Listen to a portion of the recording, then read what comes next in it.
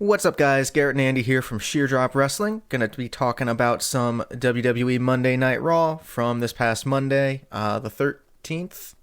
Yes. Question mark? Okay. Yep. 13th. Time's a flat circle. How are we doing tonight, Andy? Good, man. I'm doing good. So, what an interesting episode that we had. So, we found out we were completely wrong about the Drew McIntyre turn.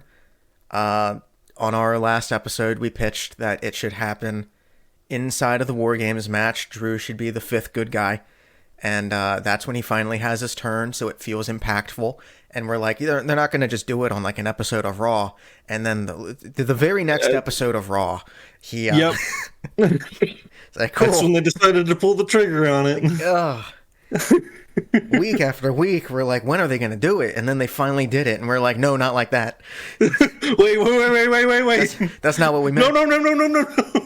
Somewhere like the finger on the monkey's paws curling. Yeah. But no, it's just cool to see that finally. I'm sure we're going to get more on next week's Raw about whether or not he's actually like in the Judgment Day, or if he's just uniting against a common enemy, that being Jey Uso. Yeah. And specifically Jey Uso.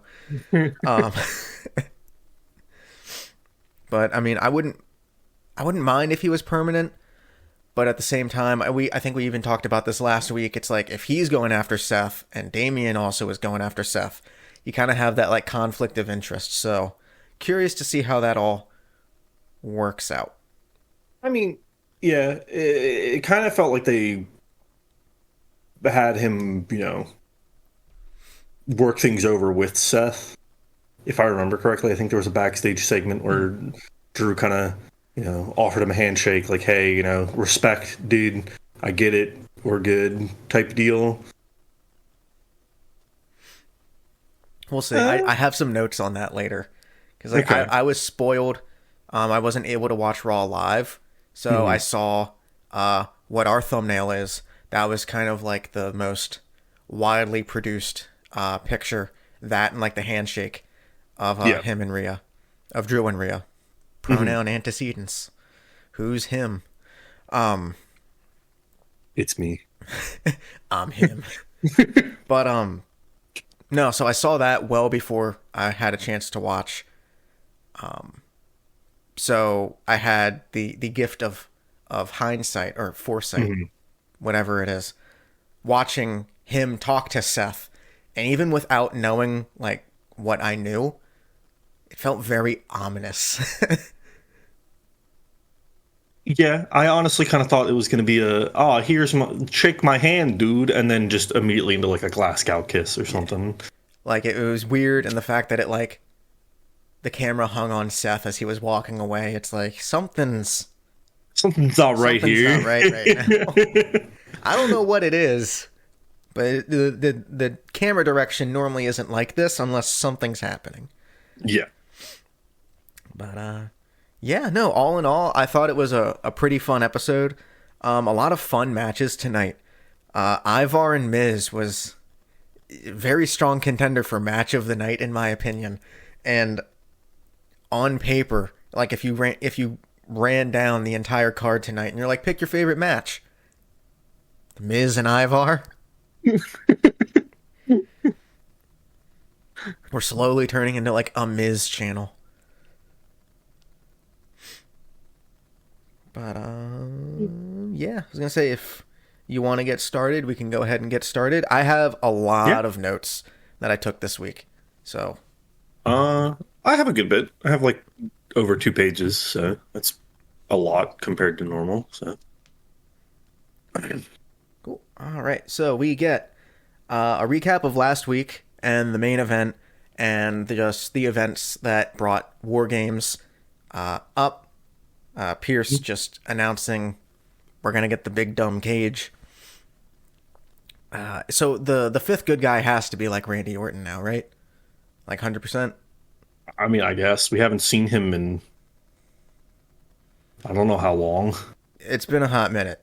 Yeah. Someone threw up the stat. I think Randy has been out since like May of 2000. 2022. So Triple H didn't take over until July of 2022 for like creative.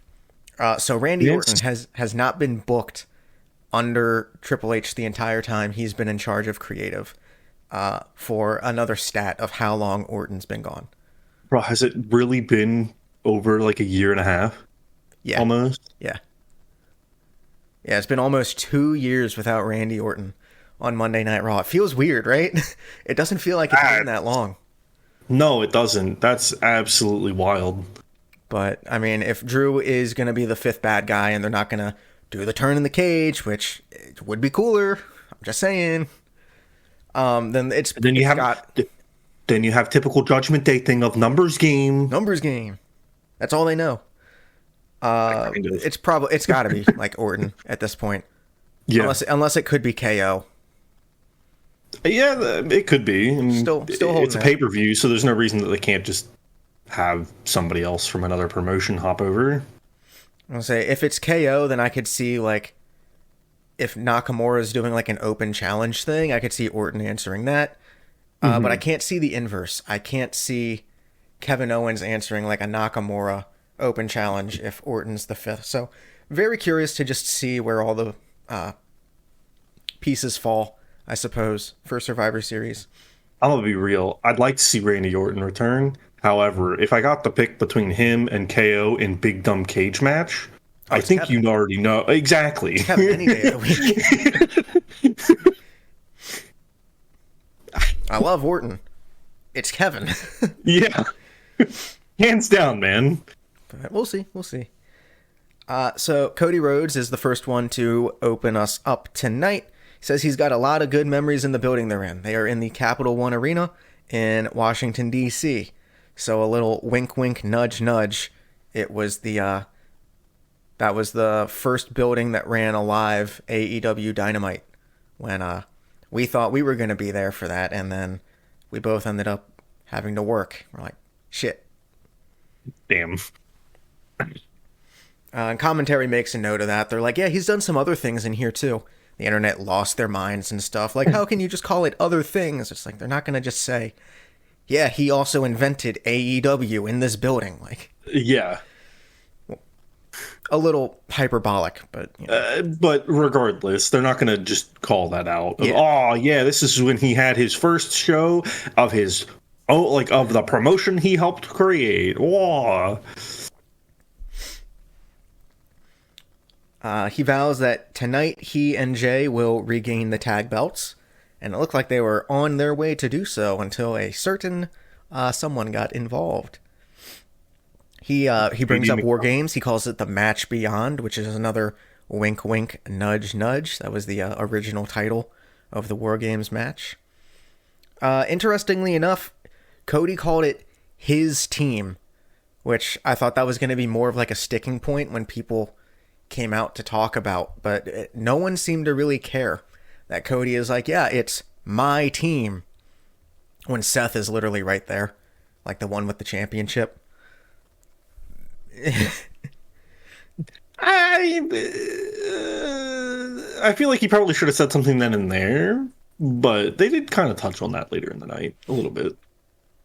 And not really that specifically, but just, I guess, Seth and Cody both being there. But Jay, Sammy, and Seth all just come out one by one. The Judgment Day comes out, and then Finn and Damian just take turns going back and forth and just roasting every person individually. So Finn just flat out says if they can't even like look each other in the eyes, like that whole team, if they can't get along, how can they hope to beat Judgment Day, who's been a collective unit for a very long time now? Yeah. Finn especially, kind of stirs the pot between Cody and Seth, especially. Damian tells Seth, like, hey, every one of these three guys you could beat even on like your worst night, but you still can't become a champion. Cody, yeah. Finn just calls Sammy a loser. And then they move on. Yep. Yeah. And then Damian brings up, I guess, it's not really an elephant in the room anymore, like Jay's ties to the bloodline. But they're like, can you guys even really trust Jay? It's like, yeah, Jay's probably shown by now that, yeah, he can probably be trusted. Yeah, I would agree with that. I don't really think he's shown otherwise. Sammy gets on the mic. He starts talking about the War Games match. Good guys will win because we good. Bad guys lose because, ooh. Very, Bad. very formulaic. And then Cody says he's surprised that the four members of Judgment Day here could even find their way out to the ring without Rhea. That gets everyone a little heated, and he starts to poke holes in their philosophy that there is no leader of the Judgment Day, and he's like, okay, well, if it's not Rhea, then it's got to be Dom, right? Dom's getting all the information from Rhea. No, that's not right. That's not right. Well, and he keeps going down the line of who it could be, and then like, oh, well, maybe it's not like that. And eventually he gets to JD, and he's like, well, it's gotta be JD. And then Damien's like, I'm the leader. And everyone looks over at him like, huh? Huh? Huh? What? And they don't get to like sit on that for too long, because then Seth gets involved on the mic and basically just says he's tired of all the talking. He wants a fight. He says 2 people from Judgment Day versus 2 people here. What do you say? And we end up getting Seth and Sammy and JD and Dom. But it's weird that the Damien being the leader or whatever, because they touch on that in the obligatory Judgment Day layer backstage segment later on in the night. The cool people hangout zone. Yeah. The hot topic. Yeah. It's okay. I'm allowed to say that. But that really wasn't much of a point. Like, they were mad about it at first, and then like even Rio was like, yeah, you should probably be the leader for War Games. And everyone's like, yeah, okay. It's like, we all changed our minds about that real fast.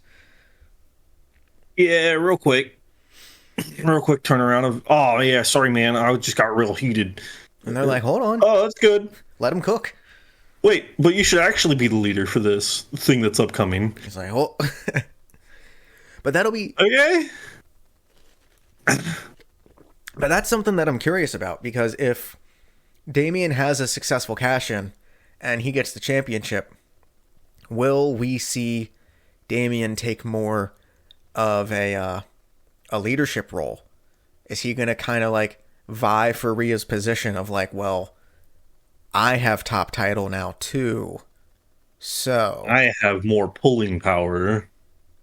That'll be interesting to see if it causes any rifts in the Judgment Day formula. But we've got our first match of the night. It is the Seth Rollins, Sami Zayn versus JD and Dom tag match. Anything that stuck out for you? Any good spots you took notes on? What is it? That's during like the middle towards the end of that match. I noticed that there was a dude on hard cam side that kind of looked like Pierce in the crowd. I honestly thought it was Pierce disguised, and he was just gonna hop keeping out. An eye on things. Yeah, genuinely. And then he like towards the end, whenever things kind of got out of control, I thought he was gonna hop over the barrier and like, give me a mic. Honestly, I'd love that. It's just Pierce. He's wearing the glasses with like the big nose and the mustache or whatever, and he's just front row where normally like green shirt guy would be. And I was like, wait a minute.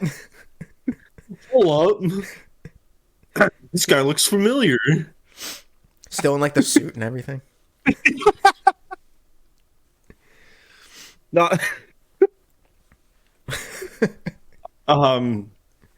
Yeah, I have a few notes. Mostly just at one point, Seth had kind of been throttling Dom outside the ring. They kind of fell out of the ring, rolled out. We're having some just fighting a little bit, and he just both hands around the neck behind the barrier, just as much as he could. That was pretty good.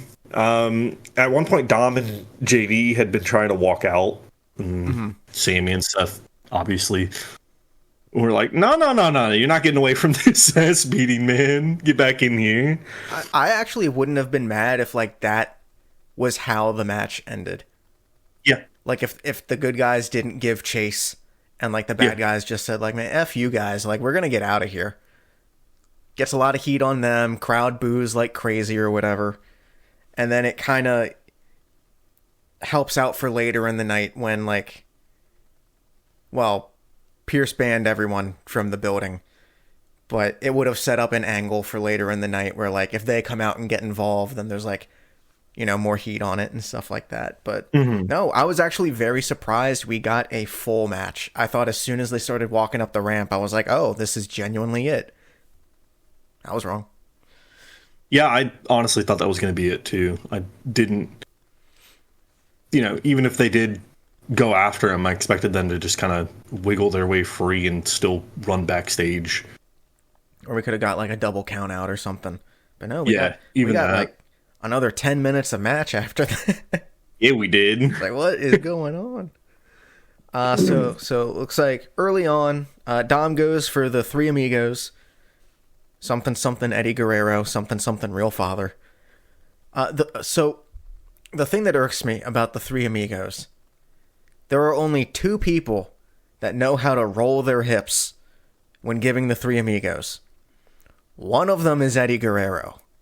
The other one, for whatever reason, is Logan Paul. No one else can seem to like get their legs up and like roll their hips and get like all that momentum like switched over into the next suplex. No one else can do it for some reason. Not even Eddie's own son. But before he can hit that third amigo, I got Sammy gets the hot tag. So I guess I forgot to take notes on what exactly happened. Just a little skirmish inside the ring. And then some stuff happens. Dom and JD just try leaving, but that's when Seth and Sammy go after them. And then they're still kind of outside the ring a little while after that. And we get a double tope spot, which is cool. I think Seth hit the suicide dive, and then Sammy did the tope like completely over the rope. The tope con hilo, I think it is. I don't know. Names, you would know man. more than me. It's like calling the suicide dive the tope suicida. It's like, yeah, technically one of them's right, but I'm going to say suicide dive. Let's see. So we go to a commercial. We come back from the commercial, and Dom's able to get Seth in the position for a 619, a move that he also still isn't very good at pulling off. He also recently, at least, more gets the setup before he actually and doesn't actually get to do the move. Yeah. like I don't know. I wonder if it's just because he's like a lot taller than Ray and he's just a little more lanky, and like him getting all of that speed off like the spin around the ropes is off a little clunkier. Yeah, because I mean, we've discussed, I don't know if we've discussed this in a video previously, but that's like one of the problems that I feel you face as just a taller competitor, or, you know, seemingly lankier or whatever. It's, you just, everything you do almost feels like it's in slow motion. Yeah, they got the moon gravity from Tony Hawk's Pro Skater turned on. Yeah, because you could be moving your body at the speed in which it looks like you're moving fast, or you are actually moving fast, but then you run the risk, I'm sure, of, you know, are you going to be able to pull in time? Is it just going to be an actual shoot hit that you're now doing on somebody? And like, that's not necessarily good. No. And I feel like that's a move, especially because you're doing the whole spin where it's not going to look great unless you have like the speed built up to make it look like you're snapping yourself around that rope real quick. So maybe Dom should get a change up some stuff in his arsenal. He can keep doing the Three Amigos. The fact that he does it shittily is actually, I think, better than him doing it perfect for his Yeah, I would agree. character. The 619 though, a shitty 619 just looks bad. Bad. Yeah. So maybe rethink that one. But it doesn't even matter because he doesn't get to try and spin himself around the ropes because instead he eats Rollins' foot. Yep. So Rollins catches him with a super kick, hits him with a buckle bomb, and then it's not long after that, Rhea, Finn, and Damian come in through the crowd, get involved with the match, and then we get a DQ. Yep. So we got a little while after, the walkout spot, and we got the DQ, if you want to call that a real finish. But that's when Cody and Jay come out to help, and then followed by Pierce, referees, officials, like all the security people. And Pierce just basically, he's had enough. He says that we're not going to throw tonight's main event in jeopardy because everyone wants to act like children. So by the time that the main event happens, anyone that's involved in the War Games match and is not part of the main event, you're not only banned from ringside, he says, before that match starts, I want you out of this building. Yep. Banned from the arena. So I wonder what's going to happen later. Surely the heels have never ignored that warning and have come back. Never. Honestly, that's kind of what I expected. The swerve was that this time they actually didn't. Yeah. they actually stayed gone. It's crazy. But so we go to a commercial after that too, and then it's still kind of sort of the opening segment. Yeah, because it's a very Pierce and Rhea smooth transition. Are still there. Yeah, and Rhea's just yelling at Pierce. Pierce says that he and he alone is the one that runs Raw. Judgment Day doesn't run Raw. Rhea Ripley does not run Raw. It's a lot of R's. Very alliterative today. And he's just kind of clapping back at Rhea. Pierce has had enough. Yeah. He's put up with a lot over the last year or so of Bloodline and Judgment Day. And if dude had hair, he'd still be bald now from all the stress. Absolutely. He even says that, you know what, Rhea, you better not be here tonight for that main event either, but gets cut off by Zoe Stark. And Pierce starts even telling Zoe, hey, maybe not right now.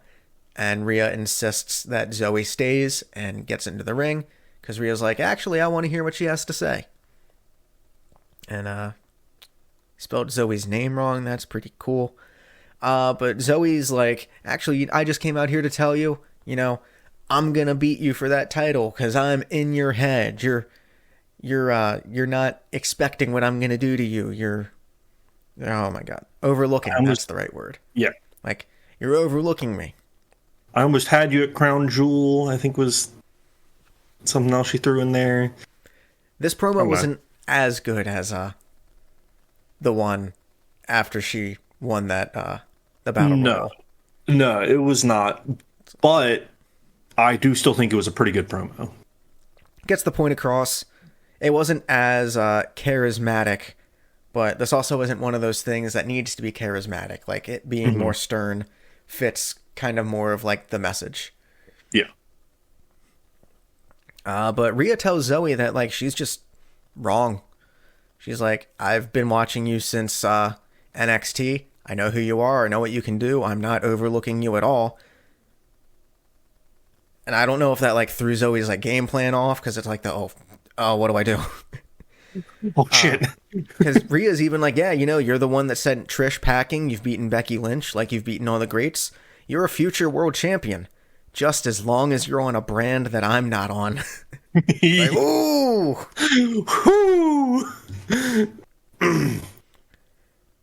And Zoe says something I don't remember what she says. I just have Zoe has a really lame retort. Yeah, it wasn't super great. But as you just said, I do really feel like she was caught a little off guard by Rhea's retort. Real spitting. Yeah. And then To be fair, when is she not though? that's fair. That's fair. She's so good. Yeah. She's so good. But Rhea goes for a cheap shot on Zoe. Zoe just pulls the top rope down. Rhea goes tumbling out. And we finally, technically, are done with the opening segment. Oh man, that took up like half an hour, 40 minutes. I think it was the broadcast. 40, 45 minutes, including all of the commercials that happened, and including like the recap from the previous week that happened before everything actually got started. What a way to start the night. It was fun, Speaking though. of, Like, yeah, everything it was a felt lot of like fun. it happened for a reason. Everything had a purpose, and it furthered story and motives. So, like, I have zero issues with a 40-minute segment if everything that happens makes sense.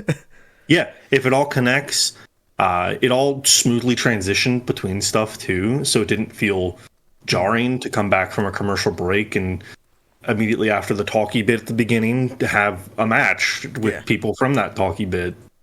Like, it completely made sense Yeah, for Cody to come out, introduce his team, now that War Games is a thing, have the enemy team come out to talk shit, have a match, and then the bad guys do bad guy things. And then the official that's been fed up with them for a year is just done. One of the bad guys stays in to yell at the official, and then he gets pissed off. But then that person's challenger comes out. It's like it actually all makes sense. It flows together, like you said. yeah. It made I don't know. It just made it. Sometimes when I watch Raw, it feels very, very long. It's 3 hours. Really made it seem a lot less long this week. Yeah, it actually felt like this is how this would maybe go in real life. Yeah.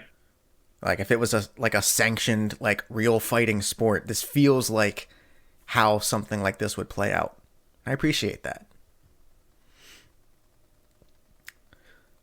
We got Shinsuke. He went from generic backstage spot number 1 to generic backstage spot number 2. I missed absolutely everything he said. Did you take any notes on this? I missed the beginning of what he said, but from what I caught of what he said and what the announcers were saying, it was kind of just Shinsuke doing the Shinsuke thing, kind of just being ominous heel right now and saying, I know who my target is and I'll wait for my time to have them. I believe is about all that came across. I don't think he actually had mentioned anyone's name in particular. That's the scary part. Yeah. Because I believe I probably would have caught that at the very least. But it's mostly just Shinsuke going, yeah, I know what I'm doing. I'll be there for whenever, the time's right. I'm so scared. I know who you are. I'm so scared. Should we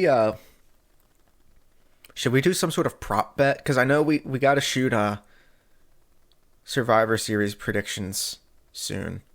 Mm-hmm. Maybe like next week, next Tuesday, perhaps. Yeah, that'll probably come next. Should we do a prop bet on whether or not Punk shows up? And like, what? Like, if you like, I don't know. I feel like if CM Punk shows up, I'll like eat a Yu-Gi-Oh card or something. Like.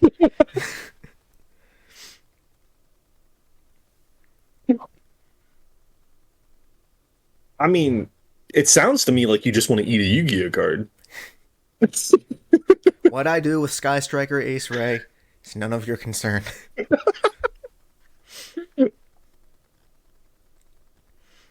But we'll see. We'll find a way to make it interesting. But that leads us into the Otis and Nakamura match that was spurred on by last week with Akira Tozawa picking a fight with Nakamura, and then Otis kind of interjecting himself into the mix after the match. And I believe while Alpha Academy is coming out, we go to commercial, and then when we come back, you touched on this earlier. It's Yeah. Seth and Sammy, and Cody finds them, and he's like, "Hey, Sammy, do you mind if like Seth and I just have a moment? There's a few things we got to talk about." And Cody basically just like pleads with Seth for just one night. They can still hate each other. They just have to hate each other, like, and not hit each other. Yeah. And Seth is basically like, "That's cool. I can do that." Yeah. I You think have my Cody's like, respect, we man. can loathe each other the other 364 days of the year. I just need you for one night to not hit me. Yeah. Seth's like, "Okay, I can do that." Yeah. And then to close that, you get the cheesy, corny Cody smile. Yeah. America's smile. Yeah. And then we get the actual match now. Otis Max. Otis mocks Shinsuke's good vibrations in the corner. I popped for that. There's a lot of jiggling on that man. Yeah, there is. Otis goes for the caterpillar a lot in this match, and it works eventually. But the first time, I believe Shinsuke is able to get himself out of the ring. He actually does it like in a way that I haven't seen a whole lot of people do. He like throws his legs under the ropes and then like grabs the ropes and like throws himself under them. Yep. Like that's It was smart. neat. That's that ring IQ. That's that ring awareness. Something something Michael Cole. And after he does that, he kind of just like, pushes him away, like brushes him off or whatever. Otis gets out and just runs around the ringside and just flattens him. Yup. That's a flat man right there. We go to a commercial, and then in true WWE fashion, the person that was dead on the outside before the commercial is now the one that is on the offensive after the commercial. And they didn't even do like a "here's what happened during the commercial break," or if they did, I missed it. I don't Just think like, they did. Nakamura's in control now. It's like, I think they did that once in the night, and I don't believe it was this match. so always makes you wonder what happened. And I would have known what happened if I had actually gone. Didn't end up doing it. Daniel wasn't able to go. Tickets weren't like super expensive for like a good seat or whatever. I just will not drive in Washington, D.C. by myself. Yeah, I don't blame you. I I wouldn't want to do that either. You come across a 7-way intersection once and like you never want to do it again. You're scarred for life. I hate DC. Swear to God. Never again. But Otis is able to hit the caterpillar eventually. And then it takes 3 Kinshasas to bring Otis down. Nakamura hits one from the ropes, which may or may not have been a Kinshasa. Might have just been a knee strike or whatever. I think they were trying to sell it as a Kinshasa. Gets Otis a little wobbly. Nakamura is able to hit one to the back of his head, which Cole also says a Kinshasa. Which makes me wonder, the purity of the Kinshasa, is it strictly just how Nakamura moves his his knee, leg, like how he strikes you? Or is it determined by that plus where it lands? Like, is a Kinshasa regardless of if it hits you in like the front of your face or like the back of your face? Back of your head. Is a claymore because it hits you in the front of your face or the back of your head? That's what I need to know. I feel like it's one of those moves where it doesn't necessarily matter so much where it lands, it's more so just how they do it. The world may never know. So we have allegedly 3 Kinshasas that it takes to bring Otis down for the 1, 2, 3. Mm-hmm. And we're getting Nakamura Gable. We are. Just give it like 15 minutes. Run maybe like one commercial during the entrances, so it's just 15 minutes of gas between these two. Just let them go next week. Please. That's all I ask for. Please.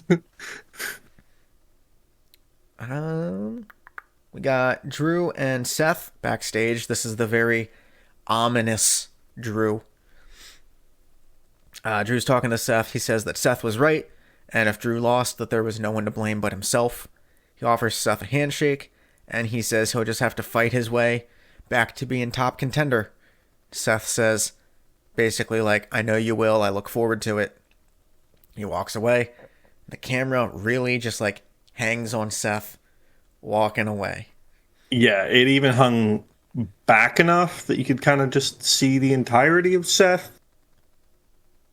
It really made me feel like somebody was about to come out from behind, especially because Seth was still kind of limping, almost. Yeah, like selling the match. Selling the match. Yeah. But yeah, Drew just, it felt like there was a, I guess. Tension. Yeah, like a little more bass in his voice than normal. Like something was stewing. But no, I hope that this plays out well. Mm-hmm. Because like Drew's kind of on shaky ground.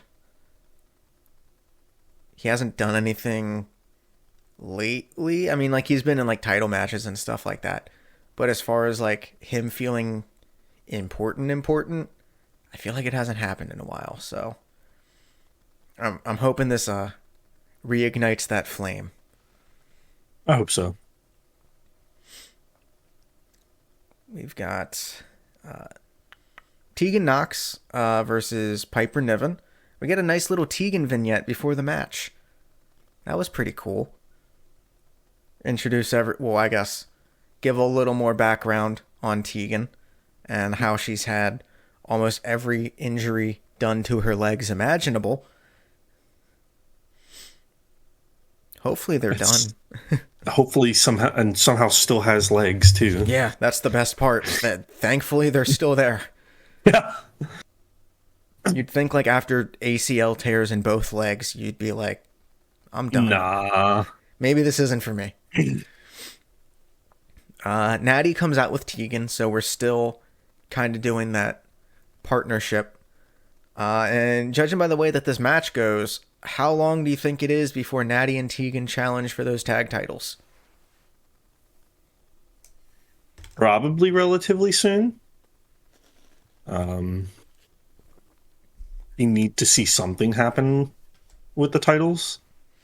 I was kind of thinking, at least during, not necessarily during the match, but, during entrances, like, these two women do a lot of stuff on their own for being the tag champs, which is fine to still have singles matches and, get different exposure for your competitors who share the belt. But I think I've seen them defend, or not really defend, but just have a match on their own more than I've seen them defend the tag belts in the last few months. But I feel like, I guess Tegan and Natty would be credible challengers. I mean, they were kind of like a thrown together tag team, but so were Piper and Chelsea, and that ended up working out very well. But, we'll see. I don't think you should take the belts off of Chelsea and Piper.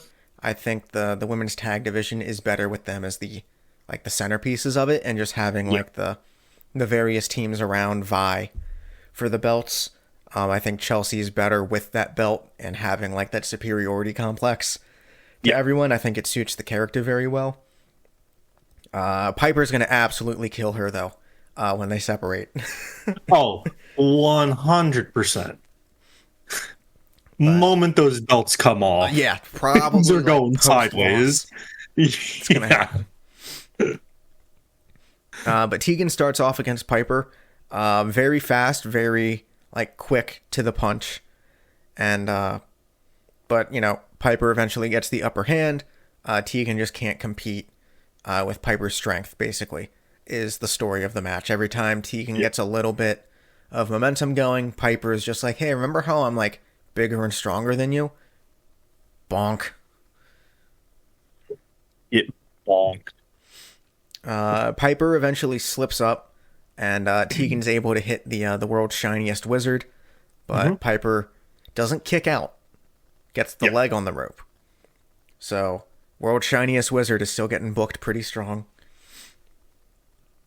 Piper does the thing where like she tries to like sit out on Tegan, but Tegan's able to get out of the way, and then kind of hits a like a crucifix style roll up, and it actually pins Piper.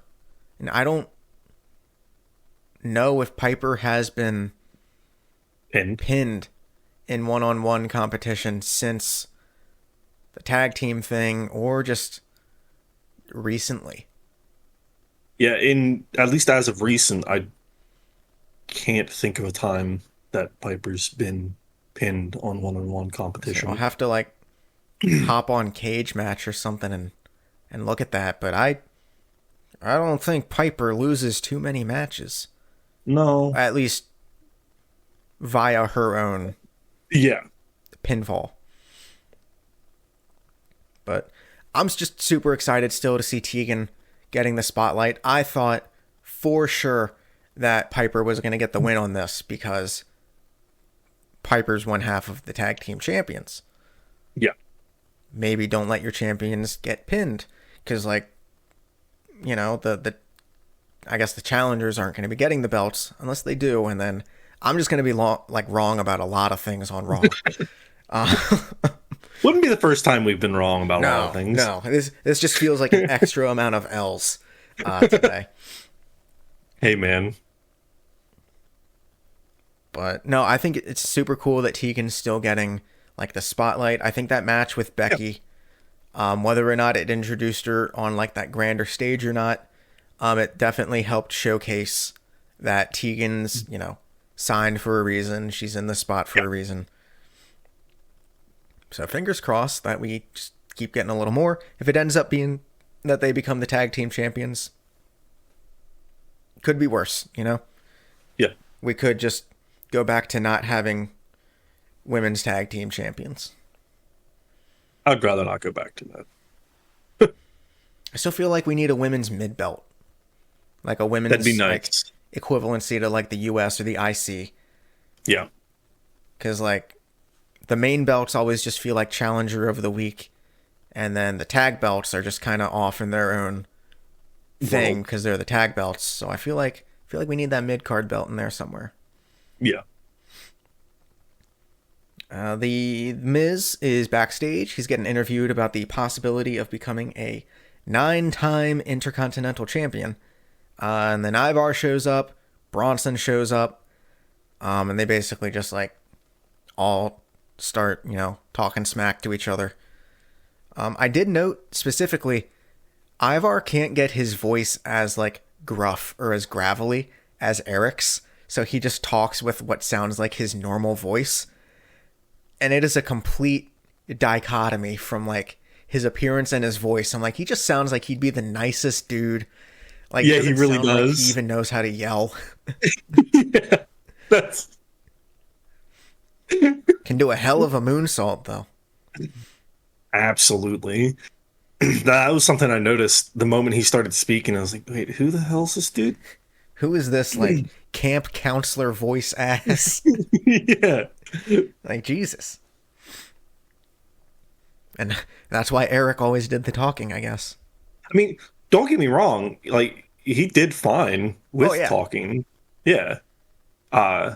And I almost kind of enjoy the dichotomy between his voice and how he looks. Just it's kind of sounded like a normal dude. Yeah.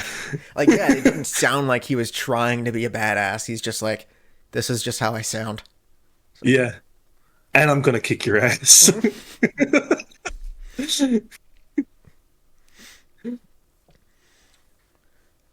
Yeah, I think this is just the most I've ever heard Ivar speak all at one time. Mm-hmm. Which, you know, hope Eric's doing well, wherever he may be, road to recovery wise. Yeah. If we can keep getting this Ivar singles run for a little while, though, I'll take it. It's been real nice. Yeah, it is. Real nice. But we get Ciampa and Kaiser next. So, of course, last week, Kaiser is the reason that DIY lost Lost. against the Creed brothers. Yep. So, pretty early on into the match, Giovanni Vinci more or less gets caught by the ref tripping up Ciampa because Gargano kind of draws his attention to it. Yeah, Gargano kind of is flailing his arms on the side of the ring, trying to point it out, like, "Hey, whoa, whoa, whoa, whoa, whoa, whoa, whoa, They're being bad. bad guy, bad." So Vinci gets thrown out of ringside by the ref. Surely not going to come back later. Never. And then that's normally the part where, like, oh, the good guy gets the advantage because the bad guy, like, lost his ace in the hole or whatever. No, Ludwig just keeps beating Ciampa's ass. Like, it did does. not slow him down at all. It's not how this happens.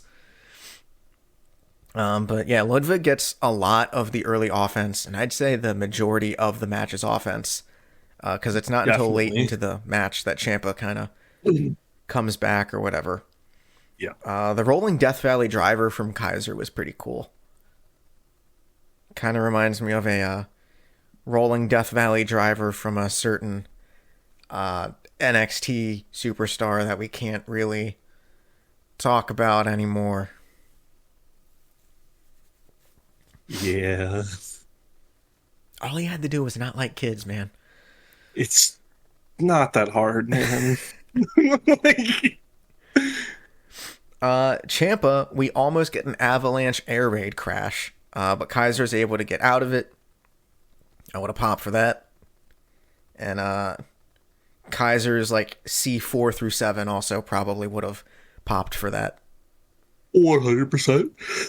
But if you could believe, Giovanni Vinci comes back out through the crowd after getting ejected from ringside and just kicks the soul out of Johnny Gargano. It's That dude got Falcon kicked. straight up Mortal Kombat move on Johnny Gargano. Falcon kicked at like 180%. Dude went flying. But Kaiser uses that distraction to just roll up Ciampa, I believe, and get the win. Yeah. DIY is not doing too well as of late. No. No. I don't like the idea of DIY being used as enhancement talent. I don't either. They finally really got to the hoping- main roster, and it's like, congrats. You're eating all the pins. Yeah. I really hope this is just a breaking them down to build them back up type deal. I don't particularly care for that kind of storyline. I'd much rather it just be underdog from the start. Mm-hmm. Like them book them as the underdog from the beginning. That way each match they have does feel significant and not just like they're being thrown to the wolves to fend for themselves. It's literally their name. Yeah. Yeah. If So no one does I'm it for you, you have to do it yourself. yeah, It's literally their name.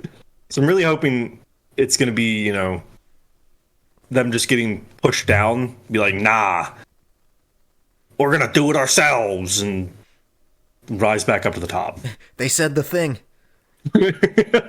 Yeah, the Leonardo DiCaprio on the couch meme. Like, they said it. I think, Yeah, I'm kind of... Because Imperium... I mean, There's that Yeah, segment later on in the night, too, where now it seems like there's a little bit of tension between Vinci and Kaiser. And then Gunther's just kind of there by default. But then... I don't know. What do you do with DIY now? I mean, it looks like they're going to keep feuding. We're probably going to get Johnny Gargano versus Giovanni Vinci. probably. That's a thing I was going to bring up, though, is like, while having unified tag belts is really neat and all, and makes Judgment Day seem really strong, it kind of leaves both tag teams from Raw and SmackDown, those divisions, kind of with a void. Yeah. It's like, what do they do? Like, are they really going to work themselves up high enough to be, you know, essentially in the same spotlight as Seth and Rhea and those big belts, because that's kind of where they've just shoved both the tag belts. Yeah, and like because they don't really get on SmackDown too often. Like Judgment No. Day feels like exclusively Raw, despite having the literal SmackDown tag championships. So I'm definitely with you where like we should probably ununify those pretty soon. Yeah, because again, I like them having them because it gives them something to hold on to and be like, "Meh, we're big, strong group." Meh. But it really, because like it'd be different if there were still tag teams like every week or every other week still trying to go up after those. But it's recently just kind of felt like it's Sammy plus anyone else, or Cody plus anyone else trying to get the belts off of, I guess rather Cody and Jay trying to get the belts back off of, to take the belts back. Which then, like, oh, cool. Are they a tag team? I mean, kind of, I guess. They're just two, faces that are important to the whole big story of Raw. Yeah. So then it's just, like I said, it just feels like there's a huge void and lack of, I don't know, prize at the top of the ladder for the tag teams. Gotcha. Question for you. Yeah. So since the belts are unified, is it weird that they're defended as unified rather than like you're vying for the belts from the brand that you represent? Yes. I feel like that's a little like weird. Why, as Cody and Jay, two Raw superstars, why do they automatically become SmackDown Tag Team Champions if they win this match? It's like that's weird. Unified, yeah, you can bounce between brands and stuff like that, but I feel like if you have a home brand, you only can challenge for those belts. Yeah. So the way I see it, and what I'd rather see, is if they're going to be challenged on Raw belts are the things that are on the line. If they're going to be challenged on SmackDown belts are going to be the thing that are on the line. If they're going to be challenged for the unified belts, throw it on a pay-per-view. Yeah. That's where you have brand crossover. That's where you're going to get people from both brands interacting with each other. So why not have whatever tag team that's formed who's challenging them for the unified belts be on the thing where it's technically both brands on that one night? So, then it makes those pay-per-views... It makes the pay-per-views feel a little bit bigger. You know what I mean? And then that gives an opportunity to tear the belts apart so they don't have to be unified for however long. Yeah. Because like I wouldn't mind if Judgment Day were still tag champions on Raw. You got to give SmackDown those belts back. Yeah. Roman's not there like 98% of the time. Logan Paul is your U.S. champion. It's good for publicity. How often is he actually going to be there, though? Yeah. There are 0 belts on that show. Except EO. And EO kind of isn't even the main character in like the Damage Control story right now. Yeah.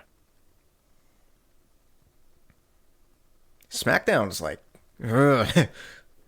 Like, there's not even is there a women's tag belt for SmackDown? Yeah. So it's the same theory as the unified tag belts. The women's tag belts are just one collective set, but can go between Raw, SmackDown, and NXT. But you never see Chelsea and Piper pop up on SmackDown, or you never see them go to NXT. It's like everything is on Raw right now. Yeah. It's like, holy shit, SmackDown needs something. Yes. Oh, that's probably why it sucks to watch these days. There's nothing of consequence that happens. Yeah, like you have plenty of story that's going to be happening, but you don't have you don't have that prize. There's quite literally nothing to fight for on that brand right now. Yeah. Holy shit.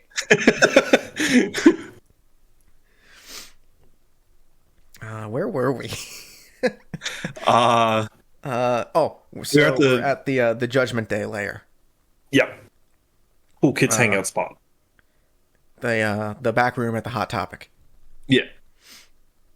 You know what that I looks like. wish my back room looked like that. Right now, it's just like a lot of cardboard boxes and shit. It's So cardboard Rhea's box base. fort. What's up? Cardboard box fort. That's what it's looked like the last couple of days. We had like heavy shipment like these last couple of weeks for like Black Friday and the holidays and stuff. Yeah. We could have dead ass built a fort back there. But Rhea's kind of clowning Damien for what he said about like being the Yep. leader and stuff like that. But Rhea also kind of talks herself into letting and asking the others like, "Hey, should Priest actually be the one in charge for the War Games match?" And everyone's like, "Yeah, I don't have a problem with that." So he's gonna get like a power trip, right? He's gonna once he gets 100%. that belt, he's gonna be like, "No, I'm the leader of Judgment The, Day." the man's one half of the unified tag belts. If we get belt Has the collector money. Damian Priest, watch out, Roman. Just put all the belts on him. There we go. What could go wrong? But we finally get JD officially in the Judgment Day. So JD is JD. And they have like the bag, I guess, with his like initiation gear or whatever. Because I guess we should have maybe pointed out at the beginning of the night. Damian Priest gets shoved out of the way by JD. So JD Yes. can eat, I believe it was a spear. I think it was a Jay? spear, yeah. Yeah. Well, anyways, he takes the proverbial bullet for Damien again, like he seems to do week after week. Gets sent to medical this time. Yeah, he's actually in. He's not doing too good. But Damien grabs the bag. He says, "Look, if it's okay with you guys, I'm gonna go do this by myself. It's the least I can do." He's earned it. Mhm. Is it weird that when he actually gives the bag to Finn or to JD, Finn is there like 15 seconds later? He didn't really let the moment breathe. A little bit. It's like I thought he was gonna be alone. Anyways, so we got Xia Li and Indy Hartwell up next. So I believe this was a couple weeks ago. Candice LeRae and Xia had some sort of altercation. This might have been during like It was the hiatus that I was on. it was during Indy had a match, I believe, with Becky when she was holding the NXT belt, and Candice was watching from backstage. Just after the match ended, Candice got attacked by Xia Li backstage. Gotcha. TIL. Yeah. Kind of like a sucker punch, but with her knee. So Barrett says that Indy has an elongated frame, which I think is just a polite way to say lanky. It's kind of tall, yeah. I say, Indy's very tall. Like her being Yes. paired with like Candace makes it look a little more disproportionate than it is, but I think she's like almost like 6 feet. Like she's Yeah, I she's think definitely 5 number higher than like 8.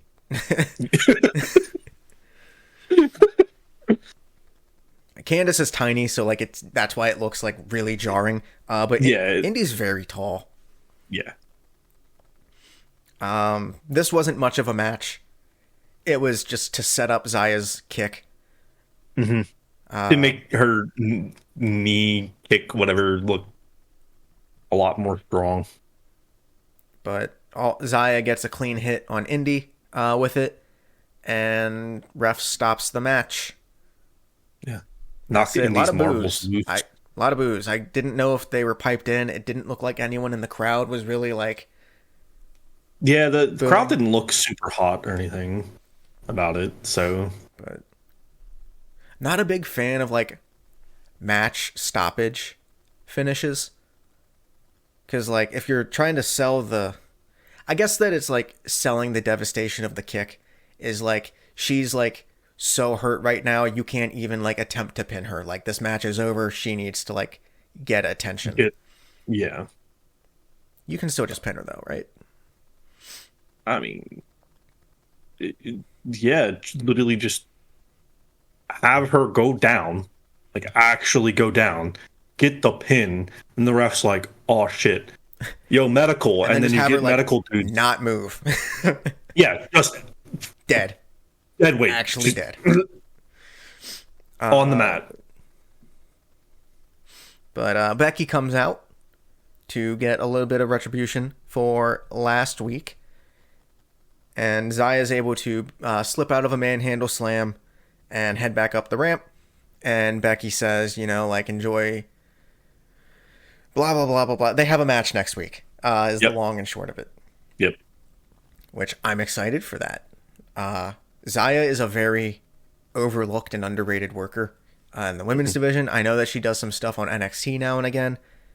They've kind of had a hard time finding a character for her. It seems like every time they go a couple weeks with something, it gets dropped, and then it never seems like it's a priority to get her back on TV. I like what she's doing now. It's just very simple. It's a very Triple H character. Yeah. It's a very, like, I will beat you up. And that's it. I mean, sometimes that's all you need. Yeah, really.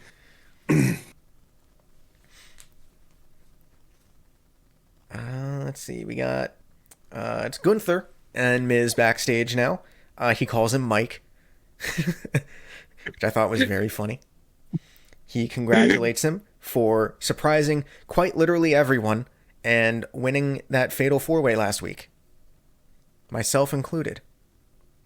And Miz says that Gunther, doesn't know who he's talking to. He's, 8-time Intercontinental Champion, WrestleMania main eventer, like all this other type of stuff. 2-time WWE champion. And, he says there's a reason he's had that IC title 8 other times. And, Gunther's going to find out why. And are we actually getting babyface Miz?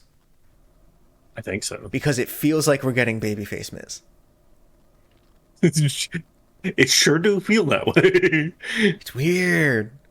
Like, I like Miz, but I don't like cheering for good guy Miz. I like liking Miz because he's good at being a bad guy. Yeah. I don't know how I feel about good guy Miz. But the Ivar Miz match is up next. Mm-hmm. But before we get that, we go backstage. It is Zoe and Shayna. They're in some sort of like locker room area. And Shayna more or less actually shows support for Zoe. And in a Shayna Baszler way, wishes her luck in her match against Rhea. Which Zoe is like, man, that was probably really hard for you to say. So, like, thanks for that. Yeah. Raquel also shows up. I have noted that she looks like that one picture of The Rock. The turtleneck with the... yeah, I didn't realize that. Yeah, she did. We got Dwayne. And then, of course, Nia comes in. But Raquel steps up to her, and I have in my notes, we're probably getting that match next week. We are. That was confirmed later in the night. So that'll be interesting. Nia's probably winning that, unfortunately. I don't want to talk about that. I know. Yeah, not really sold on Nia. I don't know if I ever will be. I could be, maybe. I just got a bit of a track record to overcome. There are some wrestlers that just have harbored so much, like, I don't want to say contempt. Contempt is a very strong word. Mm-hmm. Ill will towards the audience and the WWE fans universe. It's very hard to support them, even when they are supposed to, like, be bad guys and stuff. Yeah. But we've got the actual Ivar and Miz match. I'm pretty sure Ivar had to sit, like, just stand around in that ring with Valkyrie for, like, anywhere from 5 to 10 minutes. Because that whole segment took, like, almost the length of a commercial break. There was a commercial break before it. He had entered before that commercial break, before the backstage segment. He's just vibing. There was that spot where Miz is, like, sitting up against the apron, the LED screen, and just eats Mhm. like that splash from Ivar, and like ha ha ha. That looked rough. Yeah, it That looked real did. rough. Uh, I noted that Miz got the compensating trunks on. Noticed that during his entrance. he has the what? Compensating trunks on. Compensating. Yeah, it's the trunks that say "I have big balls" Oh, or whatever. that better not get over unironically with good guy Miz. Yeah, his whole gear had like a bunch of just like all the notable things that he said, awesome and junk like that. And that was the one that apparently they decided to just right there, Oh yeah, nice and big. unlike his balls. Got him. Man, he's never gonna recover from that one. He's from Ohio. He doesn't know how.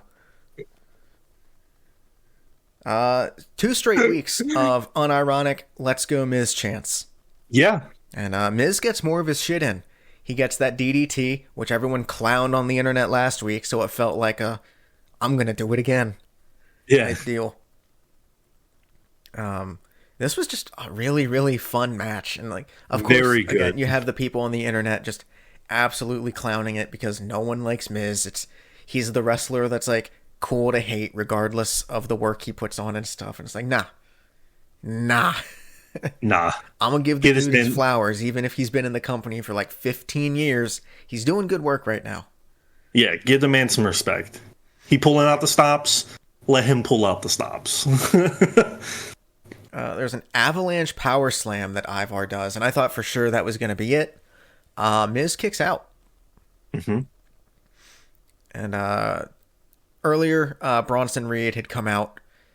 He doesn't get involved in the match at all. He just gets a chair, sits at ringside, basically to spectate. Going back to the segment when Ivar, Bronson, and Miz were kind of all backstage.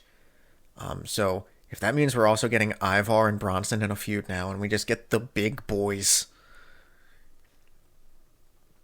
the I'm meat here for it. match. But Ivar starts like mouthing off to Bronson on the outside. Miz is able to get a pin on him and get his feet on the ropes for the Yep. leverage. So Miz wins. Then Bronson hits an Ivar with a tsunami. And I'm so ready. Yes. I am ready for that feud. Yes, me too.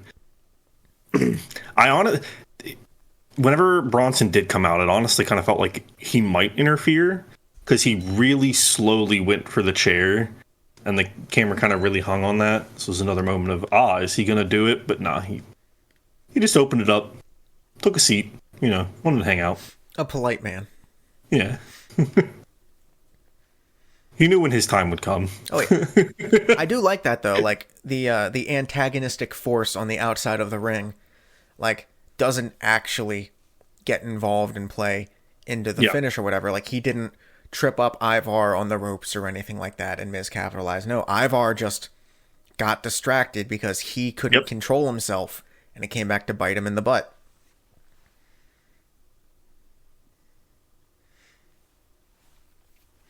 My notes refreshed.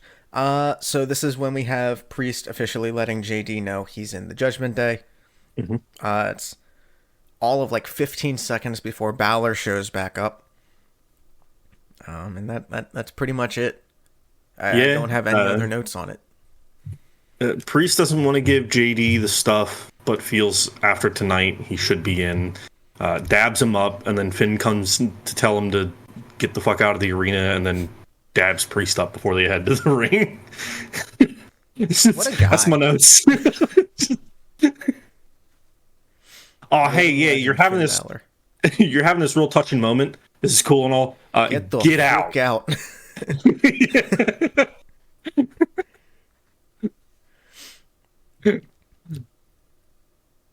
So this is the when we were talking about the Imperium kind of tension. Yeah. So the Imperium backstage segment. Gunther speaking German, which makes you think he's talking to Kaiser. Mm-hmm. but he's actually talking to Vinci, who's Italian.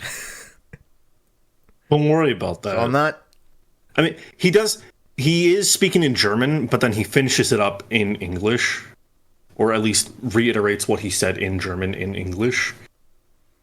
Because that's why Ludwig thinks he's praising him, and he's like, Yeah. "No, I was talking about Vinci." Ludwig's like, "What the fuck? You were speaking German, dude. Yeah. 2/3 of us know how to speak German, and it's not him." Yeah.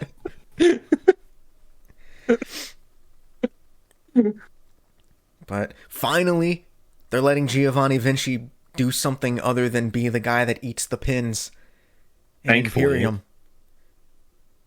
Have him switch places. Have Vinci be like the singles match guy now for like a hot minute. Give Ludwig a break. He's been on TV like every single week for like 4 straight months. Give my man's Giovanni some time to shine. I think I like his in-ring work more than I like Kaiser's from like their time in NXT. Mm-hmm. He has just more of like a powerful moveset, a lot more like bomb and like slam type stuff. Yeah. So, and then fucking Jinder Mahal with I think it's Veer and Sangha, I believe his name is. I believe, yeah. So we're really gonna get a feud. It took me a minute whenever he walked up, because we haven't seen him. Yeah. I don't know how long, any of them, and I don't know how long. It's like, who is... Oh! Curb your tongue. That is former WWE champion Jinder Mahal. The Jinder shall be hindered no more. What a terrible time to be watching that was. I'm so glad, like, one of the first nights I came over to watch... That was your very first show that you watched, and Jinder won. I was like, God damn it. Shit. You were filling me in about everything. You're like, yeah, man, this guy better not take this belt off of him. Like, I don't think it's going to happen. We should be good, but if it does, I'm going to be so mad. And here we are. And then I introduced you to NXT, and like we were back. We were so back. Yeah.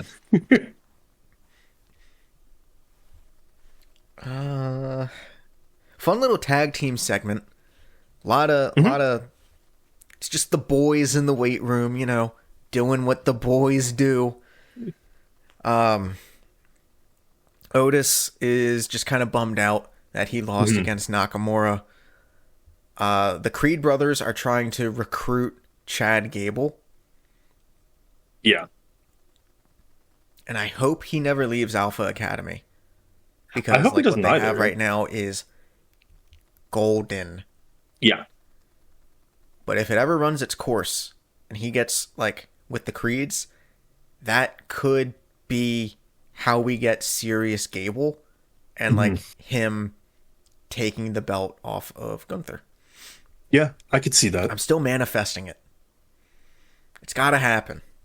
But then see, I don't know if I would like Serious Gable. I like the Gable we have now who's just like comedic guy, but also can really go in the ring.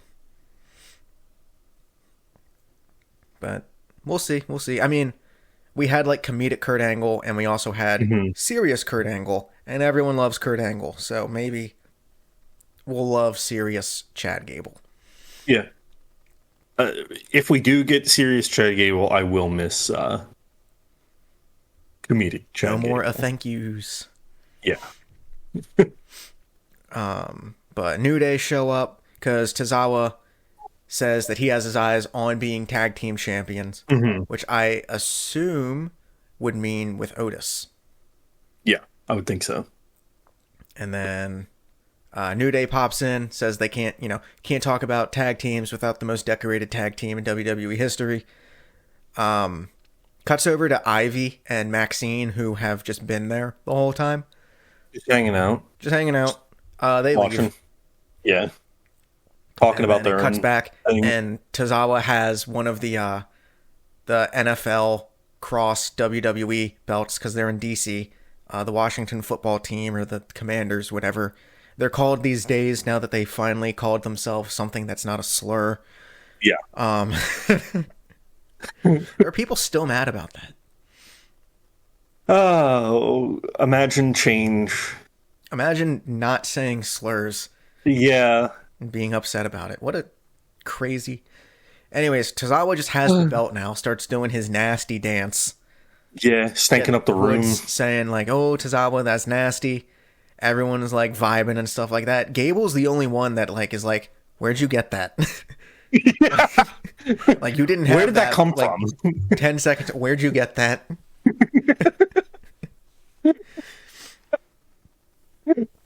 But no, I thought that was a fun segment. If that means that we're getting Alpha Academy mixing it up with Judgment Day here soon, I'm gonna really like that. Yeah. Slight little tangent. Over on Maxine and Ivy doing something together is like a tag team of sorts. I could see it. I could see the Creeds, like, maybe, like, just being part of Alpha Academy to help kind of give them a little character, or at least have them pal around with Alpha Academy. Yeah. Because, like, they're so new, just have them with these people that are, like, generally over to help kind of bring out their characters and get them more across, and then if they're ready to go on their own, have them, like, break off or... Yeah. And they kind of fitting, like, the same archetype too, almost, in a way, but Creed Brothers being a bit more serious than the more comedic Alpha Academy stuff. So, because that's kind of what I got. It's a good combo altogether, though. I think both sides could benefit from what the other side has to bring. Yeah, that's kind of what I got from them. Ivy and Maxine just kind of being back there and talking, and then Maxine being like, "Oh, well, come here. I have something I want to talk to you." Because whenever it's just the reason why I'm thinking that is because when they were talking, they were both bringing up how during the battle royal they both eliminated either previous champions or champions, and so that's like, well, that kind of makes me a champion now too, doesn't it? Hyping themselves up a bit. I could see it. We get the final match of the night. It is the men's unified tag team title match. Cody and Jay, the challengers, against Judgment Day, the reigning champions. And spoiler alert, the belts do not change hands this evening. The match was just super chaotic from the get-go. It takes maybe 2 minutes, if that, for all four people to be in the ring. The ref is, like, losing control already. It's just bound to happen with these teams at this point. Yeah. And it's to be very expected because it happens all the time. Just about every week. Boy, is it. This is why you either have the Judgment Day show up more on SmackDown or just get the SmackDown belts off of them so we can see some other tag teams. Please. It's very Judgment Day heavy in the beginning. It's definitely a lot of, like, Cody and Jay on the back foot. We almost get a tombstone pile driver from Damian, and I for sure thought we were getting it. It's like, oh! My heart stopped for a moment, like, huh? Nope. One day, someone other than The Undertaker will be allowed to hit a pile driver. But Jay gets the hot tag after Cody gets beat within an inch of his life. And I am all for this. Jay Uso's newest shirt just says yeet. Yeet. And the crowd chants yeet whenever he hits someone now. That's incredible. I told Daniel we should all buy the yeet shirt for, like, one of the nights. Yeah. Mania. Yeah. I hope that's still a thing that's ongoing come that time, so that we can be part of the yeet chant whenever he goes in for the hits.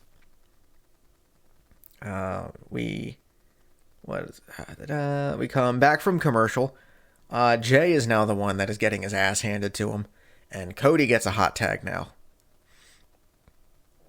And then some more match happens.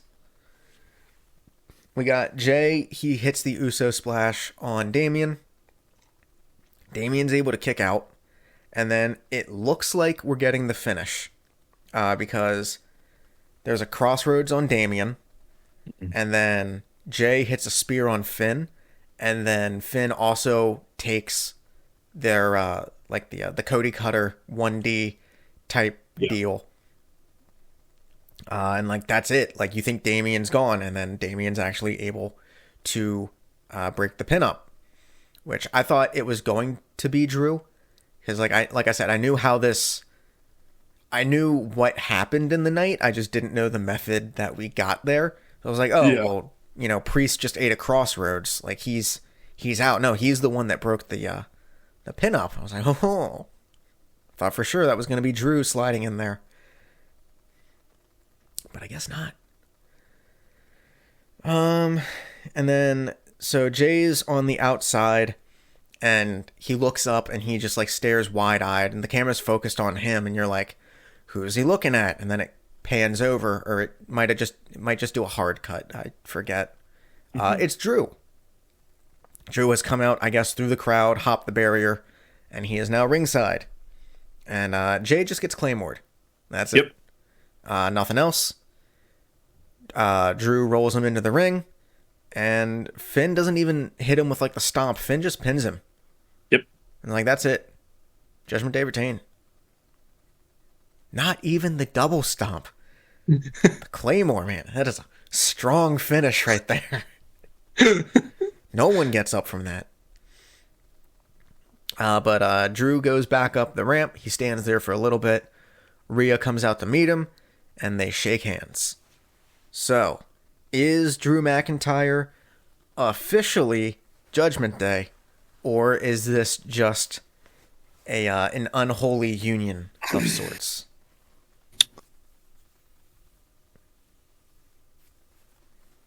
I think my thought is that this is a method in which Drew is going to begin fighting back up to be number one contender. Not container. Yeah, he puts the belt in him. Tupperware gang. No, I feel like it's more so Drew only aligning himself with the Judgment Day to get himself, keep himself in the spotlight, keep himself working his way back up. At least I would hope, considering he still has such strong feelings about Jay and the bloodline being an issue for him. I would think that he would realize that, if he continues to help Judgment Day, that they just kind of become, as part of the story has been, Judgment Day 2.0. Bloodline 2.0. So that's what I'm hoping it happens, but what are your takes on that? So possibly hot take. Uh-huh. Drew is still completely justified in not liking Jay. Mm-hmm. Because, I can see it from the standpoint of... Because Drew, I think... Oh, no, I don't know. Because, when he was saying his thing about, if you put a world title on the Judgment Day, they just turn into Bloodline 2.0. And, I don't want that. And then everyone thought he was weird, and then Sammy said the same thing a month later, and everyone's, based. It's weird, because I still feel like Drew is completely justified in his dislike of Jay. And it might just be because, and I don't know where they're going to go with, the story of this, but, the other guys were able to forgive Jay or whatever. But they weren't there, the whole time. I mean, I guess Sammy was, but you got to remember, Sammy was in the bloodline.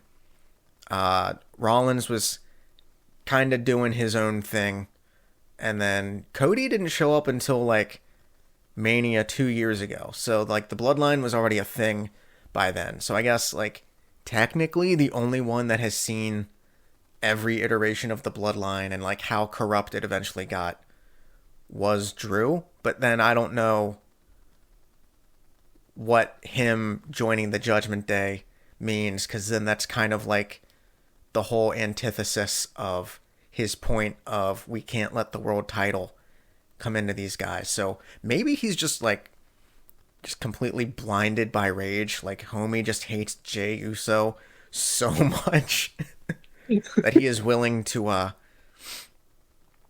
go against his own morals and do the thing that he was so vehemently against, like 4 months ago or whatever, 2 months, just to say like fuck you, Jey. I could see that, yeah. But they haven't really had much interaction other than Drew just being like, "Nah, I still hate your guts, dude." because even KO was like, do you guys just forget what this guy, his brother and his cousin did? Yeah. Like, a lot of people around here do not like you, Jey.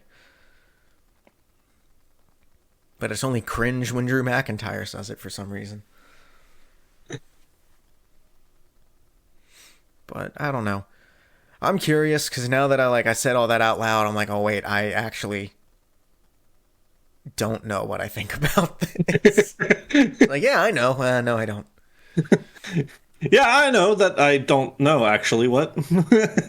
I think, therefore I am. But just very interested for Survivor Series now. Yeah. Especially with the looming return of one Randall Keith.